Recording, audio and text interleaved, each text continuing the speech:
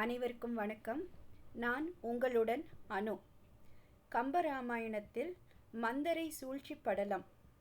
கூனி கைகேயியை முதலில் எழுப்புகிறாள்.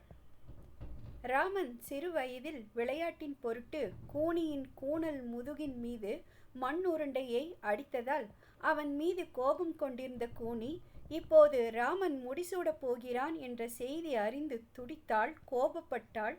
அவனுக்கு தீமை செய்ய எண்ணிய கூனி கைகேயியின் அரண்மனைக்கு சென்று உறங்கிக் கொண்டிருந்த கைகேயியை எழுப்புகிறாள்.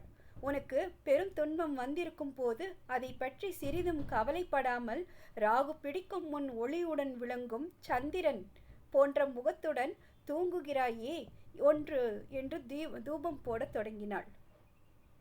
இதை கேட்டு விழித்த கைகேயி, பகைவரை அடக்க வல்ல என் புதல்வர்கள் நால்வரும் நலமாக இருக்க எனக்கு என்ன துன்பம் வந்துவிட்டது?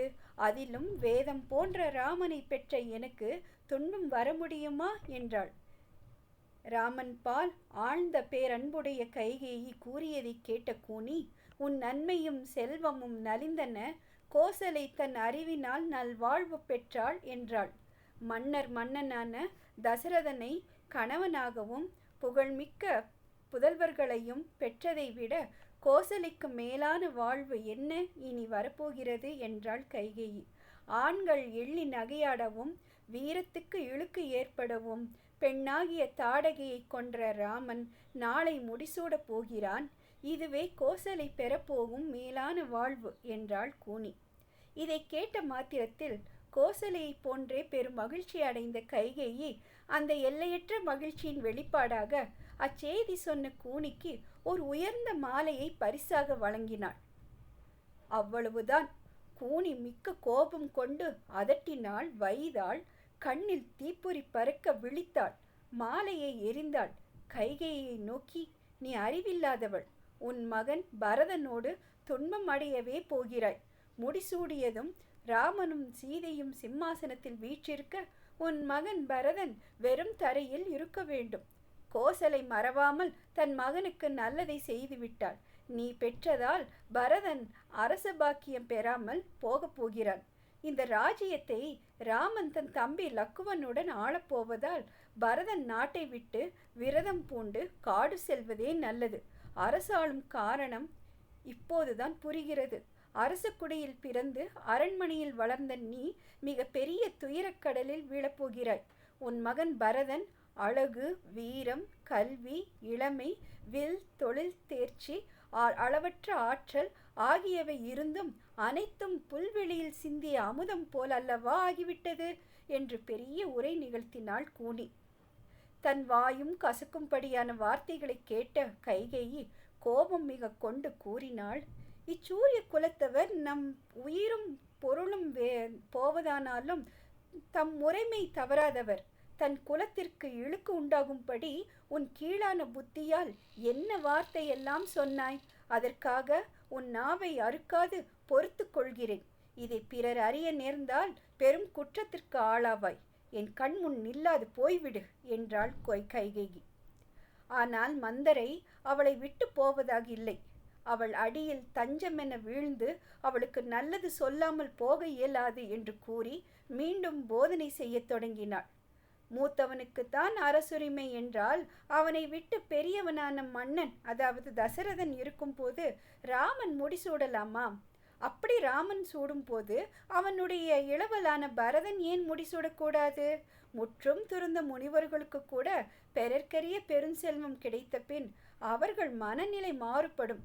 அப்படி இருக்க ராமன் இவ்வரசை பெற்றதும் மனம் மாறி உனக்கும் பரதனுக்கும் மனம் உடையும்படி ஏதேனும் துன்பம் விளைவிக்க மாட்டான் என்பதில் என்ன நிச்சயம்?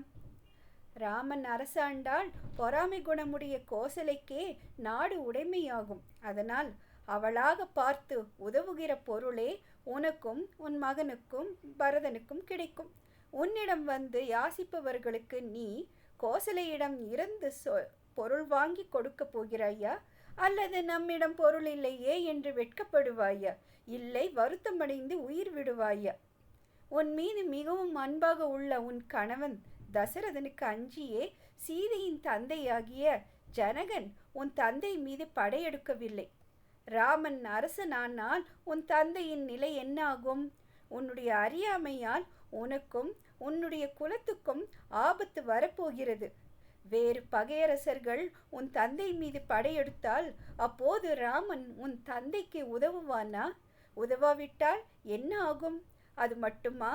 ராமன் அரசன் ஆனால் அவனுக்கு பிறகு இவ்வரசு அவன் பிள்ளைகளுக்கும் அவனை சார்ந்துள்ள லக்குவனுக்கும் கிடைக்குமே அல்லாமல் பரதனுக்கோ அவன் பிள்ளைக்கோ கிடைக்குமா?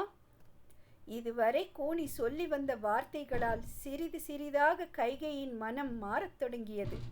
பரதன் அரசு பெறுவதற்கும் பெருமை அடைவதற்கும் இனி வழியில்லை என்றதும் கைகேயின் சிந்தை திரிந்தது. மனம் மாறிய கைகேயி கூனியை நோக்கி புகழ்ந்து தன் மகன் முடிப்புனைவதற்கு ஓர் உபாயம் கூறுமாறு வேண்டினாள். இதை கேட்டு மகிழ்ந்த கூனி, முன்பு சம்பராசுரனுடன் போர் நடந்தபோது தசரதன் உயிரை காப்பாற்றியதற்காக உனக்கு அவன் அளித்த 2 வரங்களையும் இப்போது தரும்படி கேள். அதில் ஒன்றால் பரதனுக்கு அரசையும் மற்றொன்றால் ராமனை 14 ஆண்டுகள் காட்டிற்கு போய்விடும்படியும் வரத்தை கேட்டு பெறுமாறு வழி சொன்னான். இவ்வாறு யோசனை சொன்ன கூனியை கைகேயி வாழ்த்தி பரிசு பொருட்களை கொடுத்தாள். அவ்விதமே 2 வரங்களையும் அரசனிடம் கேட்டு பெறுவதாகவும் அப்படி பெறாவிட்டால்